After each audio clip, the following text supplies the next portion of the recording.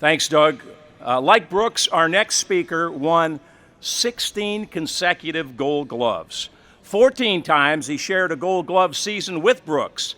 His playing career spanned 25 years and 283 wins, followed by a long broadcasting career. And he followed Brooks as president of the MLB Players Alumni Association. Please welcome National Baseball Hall of Fame pitcher Jim Kaat.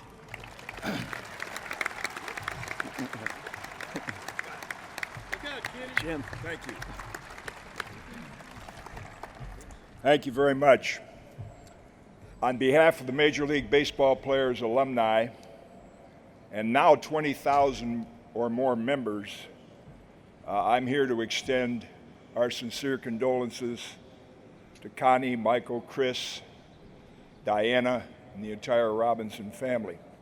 I first met Brooks in 1962 at the All-Star game in Chicago. And I called him Brooks and he called me Jim. For the next 60 plus years, I called him Brooksy, he called me Kitty Cat. How you doing, Kitty Cat?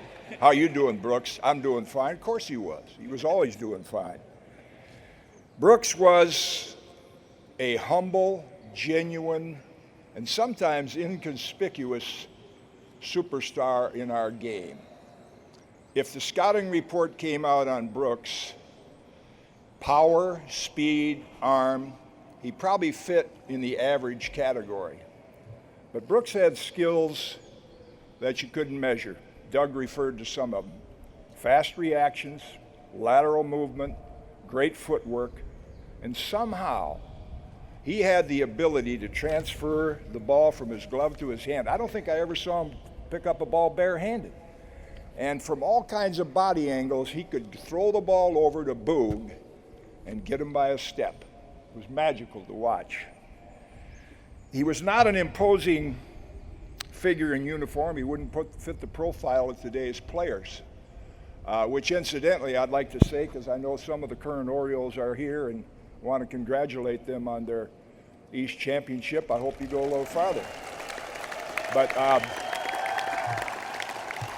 I think today's players, without a doubt, are the most physically equipped and imposing players in the history of our game. But Brooks did it without that, and boy, could he play baseball. And play he did. 14 seasons he played over 150 games. 5 of those he played every game.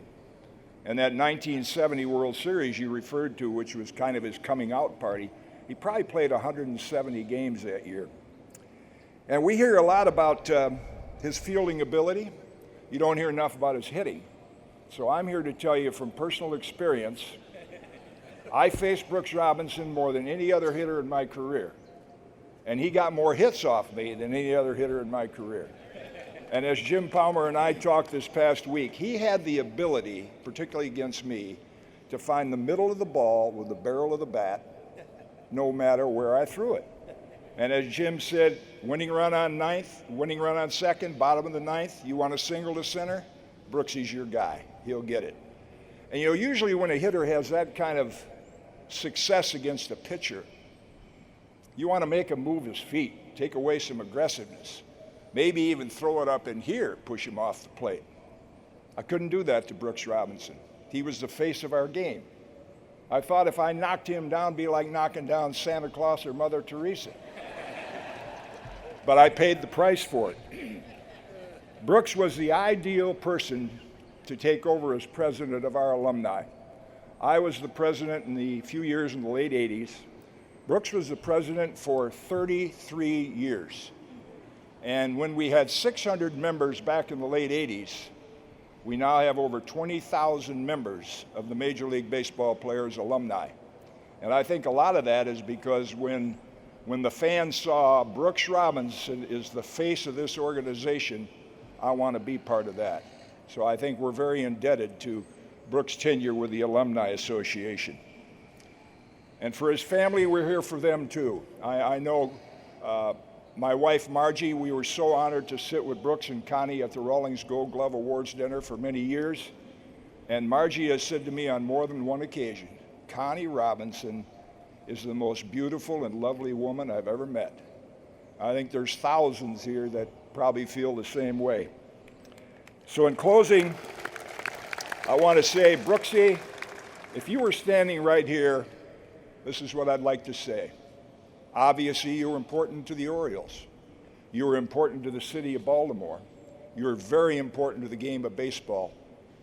And I don't think it's a stretch to say you were important to our country, not because of the way you played the game, but because of the way you lived your life. Thanks, Brooksy.